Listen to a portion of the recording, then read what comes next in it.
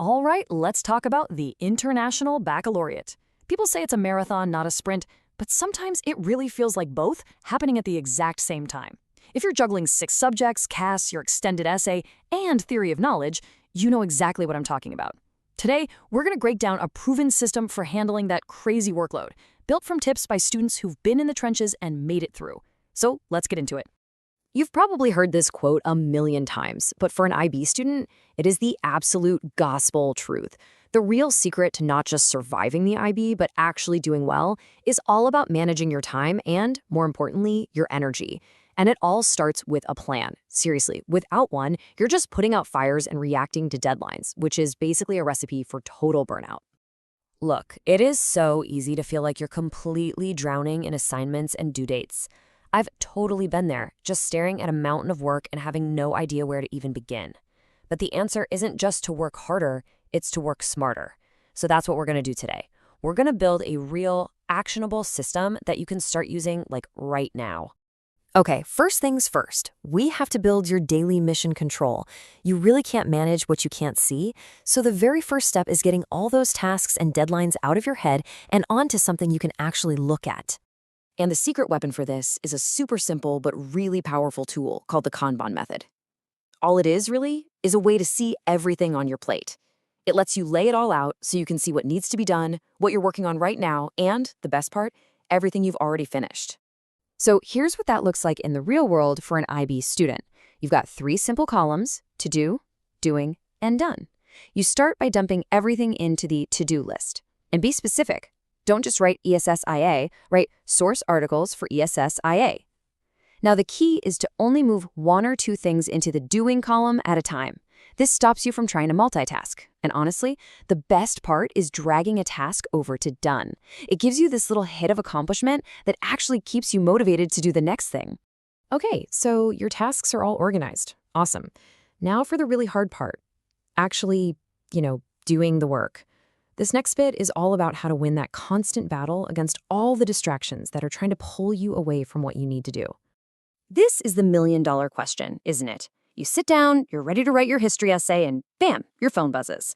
What you think is going to be 5 minutes turns into 30, and just like that, your focus is totally gone. So we need a technique that's literally designed to protect your concentration.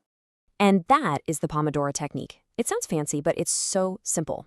You pick one task from your doing column, just one. You set a timer for 25 minutes, and for those 25 minutes, you do nothing but that one thing. No phone, no social media, nothing. When the timer dings, you take a 5-minute break. You do that 4 times, and then you get a longer break. It turns huge projects, like your EE, into these short, manageable little sprints.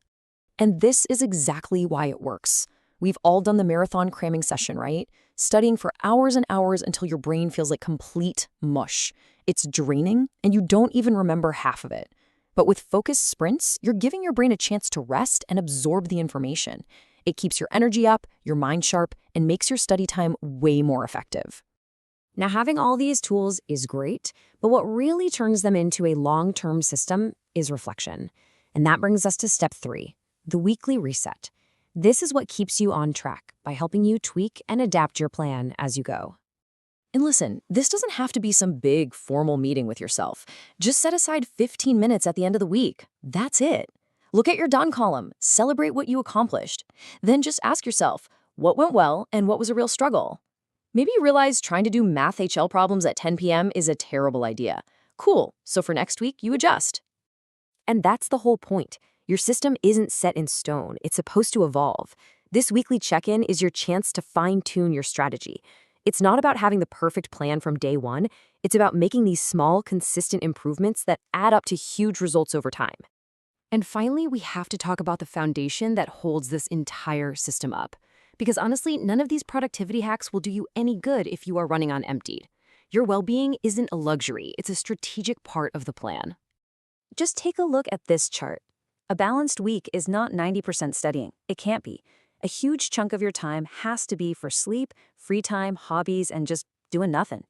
When you plan your week, you have to physically block out time for this stuff. It is just as important as your TOK essay, I promise. So think of these as your non-negotiables. You have to treat your free time with the same respect you treat a big deadline. Put go for a walk or watch a movie right there in your calendar. Why? Because avoiding burnout is something you have to actively do. A well-rested brain is a productive brain, and that's how you make it through 2 years of the IB. And please remember this. You are going to have off days. You're going to miss a study session or forget to do your weekly review. It's okay. The goal isn't to be some perfect productivity robot. It's just about being consistent. Little, steady efforts are what actually get you to the finish line. So let's make this real. Don't try to change everything all at once. That's a recipe for failure. Just ask yourself, what is one small thing I can change this week? Maybe it's just trying one 25-minute Pomodoro session. Or maybe it's just setting up a super simple to-do, doing, done list. Or maybe it's scheduling 30 minutes to just put your phone away. Start small, build that momentum, and you will be well on your way. You can do this. You've got it.